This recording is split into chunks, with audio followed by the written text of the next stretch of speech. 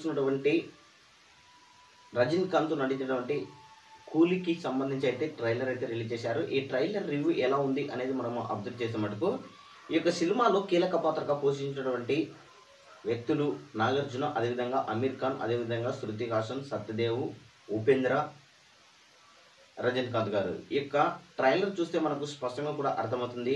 అందరి పాత్రలు కూడా రివీల్ చేశారు. అదేవిధంగా చివరిలో వచ్చేసి అమీర్ ఖాన్ పాత్రను కూడా స్పష్టంగా క్లియర్గా చెప్పలేదు, కానీ క్లియర్గా ఇంట్రడక్షన్ పార్ట్ లాగా ఇచ్చారు అనేది మనకు ట్రైలర్ చూస్తే స్పష్టంగా కూడా అర్థమవుతుంది. అయితే ఈ ట్రైలర్ చూసిన తర్వాత ఏమనిపిస్తుందంటే రజనీకాంత్ ఒక డిఫరెంట్గా ట్రై చేశాడు అనేది మనకు స్పష్టంగా కూడా ట్రైలర్ చూస్తే అర్థమవుతుంది.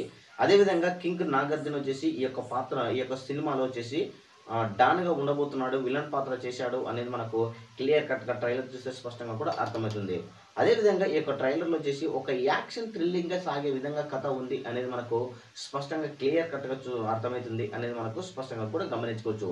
అదేవిధంగా శృతి హాసన్ చేసినటువంటి యాక్టింగ్ తండ్రి పాత్రకు సంబంధించి, అదేవిధంగా రజనీకాంత్కి మరియు శృతి హాసన్కి వచ్చేటువంటి కొన్ని సన్నివేశాలు కూడా థియేటర్లలో గుంసం వచ్చే విధంగా ఉంది అనేది మనకు స్పష్టంగా కూడా అర్థమవుతుంది. అదేవిధంగా రజనీకాంత్ దేవగా ఎలా నటించాడు, నాగార్జునకు మరియు అదేవిధంగా రజనీకాంత్కి వచ్చేటువంటి సన్నివేశాల మధ్య గుంసం వచ్చే ప్లాన్ ఉంది అనేది మనకు స్పష్టంగా కూడా అర్థమవుతుంది. సో ఈ యొక్క ట్రైలర్ సినిమాకు వచ్చేసి అనిరుద్, అదేవిధంగా సంగీతం ఒక లెవెల్లో తీసుకెళ్ళాడు, పిక్ అనేది మనకు స్పష్టంగా కూడా అర్థమవుతుంది అన్నమాట. సో నాకు చూసిన తర్వాత ట్రైలర్ ఫైనల్గా కూలీ ట్రైలర్ చూసినటువంటి మనము ఫైనల్గా రివ్యూ మనం గమనిస్తే మటుకు రజనీకాంత్లో మనం ఏమైతే ఎక్స్పెక్ట్ చేశామో, ఈ యొక్క సినిమాలో ఏమైతే అనుకున్నామో అన్ని కనివిడి నిడివిడితో ఈ యొక్క ట్రైలర్ ఉంది అనేది మనకు స్పష్టంగా కూడా అర్థమవుతుంది.